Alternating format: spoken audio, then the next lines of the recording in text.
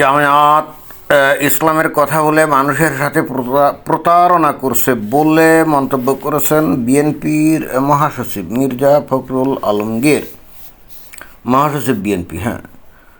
তো উনি এটা তো ভয়ঙ্কর একটা অভিযোগ দায়ের করছেন এই জামায়াত ইসলামের বিরুদ্ধে বাংলাদেশে, তাই না? যে তারা নাকি ইসলামের কথা বলে মানুষের সাথে প্রতারণা করছে।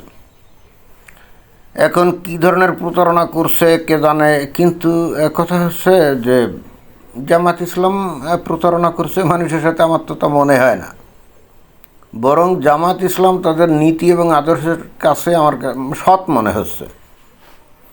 এখন আপনারা যে ইসলামের কথা বলেন, আপনারা বলেন যে ইসলাম বিরোধী নাকি আইন কানুন করবেন না, তারপরে বাংলাদেশে আপনারা গণতন্ত্র চালু করবেন, আবার একই সাথে আবার বলেন যে ইসলামী গণতন্ত্র চালু করবেন, তাই না?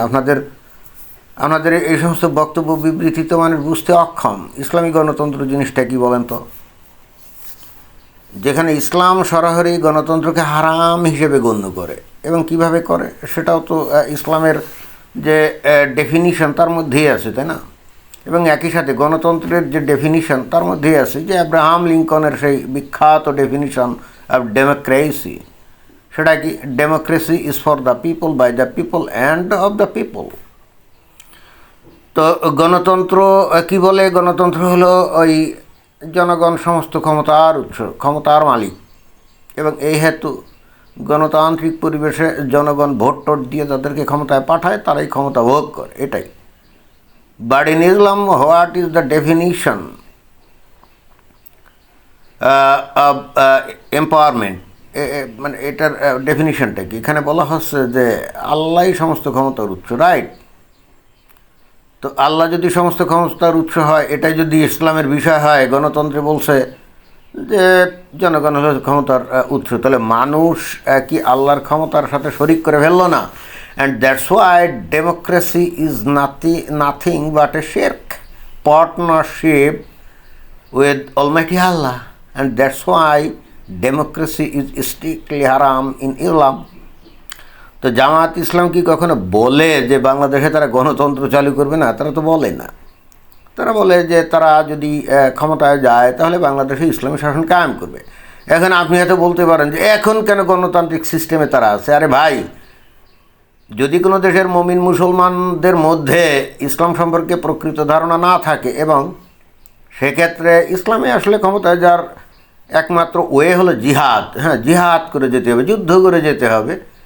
এখন আধুনিক যুগে এসে যে কোনো কারণেই হোক বাংলাদেশের মুমিন মুসলমানের ভয়ঙ্কর ধর্মান্ধ হলো, আবার ভিতরে ভিতরে তারা আবার ওই গণতন্ত্রটাকেও মনে করে যে ইসলামের অংশ, যেটা নাকি ভয়ঙ্কর একটা ভুল।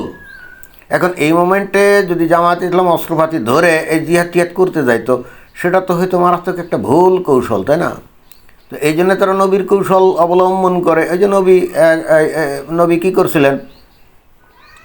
মক্কাতে উনি যাবেন কি হজ করার জন্যে, তো মক্কার কুরাইশা হুদায়বিয়ার প্রান্তরে তাকে বাধা দিলেন, এবং তখন সেখানে একটা চুক্তি হয় না।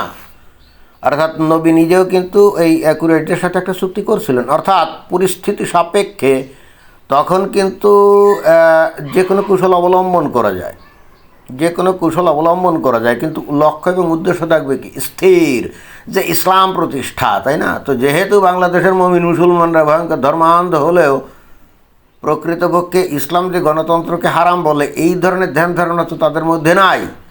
এরা এখনও ওই যে ভোট টোট দিতে চায়। তো তাহলে কি করতে হবে? ঠিক আছে, তাদের মধ্যে ইসলামের বীজ রোপণ করে এরপরে ওই নবীর কৌশল হিসাবে, যেমন নবী কুরাইশদের সাথে উনি সন্ধি করলেন, তো ওই হেতু জামাত ইসলাম ওই একই কৌশল অবলম্বন করে, ঠিক আছে, ভালো কথা, আমরা ওই জনগণের মতামত নিয়েই আমরা ক্ষমতায় যাই এবং তারপরে ইসলামী শাসন কায়েম করবো, এটাই তো।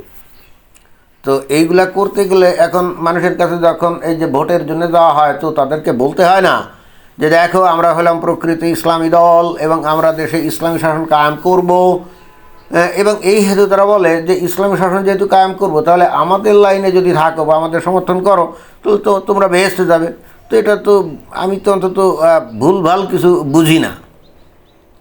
আমার কাছে তো মনে হয় জেনুইন, কারণ ইসলাম অনুসরণ করলে যদি বেহেশতে যাওয়া যায়, আর জামাত ইসলাম যদি বলে যে আমরা বাংলাদেশে খাঁটি ইসলাম কায়েম করব, তাহলে জামাত ইসলামকে সমর্থন করলে তো বেহেস্তেই যাবে, তাই না? তাহলে জামাত ইসলামের লোকজন যদি বলে যে দাড়িপাল্লায় দিলে ভোট তোমরা বেহেস্তে যাইবা, তো এটা তো ভুলভাল, আমি কিছু দেখি না। এখানে ইসলামের কথা বলে মানুষের সাথে তো কোনো প্রচারণা কিছু করছে বলে আমার কাছে মনে হয় না। বরং এই যে মির্জা ফখরুল ইসলাম আলমগীর সাহেব, আপনারা আসলে মানুষের সাথে কি করেন সেটা কিন্তু মানুষ ভালো করেই জানেন। আপনারা কিন্তু অলওয়েজ ইসলামের কথা বলেন, তাই না? ইসলামী মূল্যবোধকে আপনারা সমুন্নত রাখবেন। তো ইসলামী মূল্যবোধকে যদি আপনি সমুন্নত রাখেন, তাহলে আপনার গণতান্ত্রিক সিস্টেম অনুসরণ করেন কী করে বলেন তো? কী করে গণতন্ত্রে আপনাদের যে দলের সংবিধান, সেখানে কি আপনারা বলছেন যে আমরা ক্ষমতায় গেলে বাংলাদেশে ইসলামী শাসন কায়েম করবো না? এগুলো তো আপনারা বলেন নেই। তো এইগুলো যদি আপনারা না বলে থাকেন, আবার বলেন যে ইসলামী মূল্যবোধ আপনারা চালু রাখবেন, তো ইসলামী মূল্যবোধে তো গণতন্ত্র বলে কোনো কিছু নাই। সেখানে গণতন্ত্র, সমাজতন্ত্র অথবা ধর্মনিরপেক্ষতা, উদারতা, বাক স্বাধীনতা, না, এগুলো কোনো কিছুই নেই। অথচ আপনারা তো ওই লাইনেই বিশ্বাস করেন, তাই না? তো এখন এই যে গত এই 15.5 বছর ধরে এই যে শেখ হাসিনার আমলে, যদিও এর আগে থাকতেই বাংলাদেশের মানুষ ধর্মান্ধ হয়ে গেছিল, বাট শেখ হাসিনার আমলে এই ধর্মান্ধতার মাত্রা এত চূড়ান্ত পর্যায়ে পৌঁছে গেছে যে এখন বাংলাদেশের মানুষ সত্যিকার অর্থেই তারা কায়মনোবাক্যে ইসলামী শাসন চায়। কিন্তু এখানে বাংলাদেশের পাবলিকের একটি সমস্যা আছে, তারা বাংলাদেশে ইসলামী শাসন চায় ঠিকই আছে, but at the same time তারা চিন্তা করে যে ইসলামী শাসন কায়েম হওয়ার পরেও বাংলাদেশের যে অর্থনৈতিক সিস্টেম, ব্যবসায়িক সিস্টেম বা বৈদেশিক যে সম্পর্ক, এগুলো অটুট থাকবে। সমস্যা হলে এখানে এরা মনে করে কিন্তু তাই। কিন্তু বাংলাদেশে যখন ইসলামী শাসন কায়েম হবে, পৃথিবীর বহু দেশ বাংলাদেশের সাথে সম্পর্ক ছিন্ন করবে, কূটনৈতিক সম্পর্ক ছিন্ন করবে, ব্যবসায়িক সম্পর্ক ছিন্ন করবে। ভারত সাথে সাথে বাংলাদেশের সাথে কূটনৈতিক সম্পর্ক ছিন্ন করে তারপরে তাদের দূতাবাসটা তুলে নেবে। যদি জামাত ইসলাম জিতে ক্ষমতায় যায় তখন করবে না, কিন্তু এরপরে আইন কানুন করে যখন ইসলামিক রিপাবলিক অফ বাংলাদেশ বানাবে, মানে ইসলামী দেশ বানাবে, তখনই ওই কাজটা করবে। এছাড়াও ইউরোপীয় ইউনিয়নের বিভিন্ন দেশ তারাও কিন্তু একই কাজ করবে।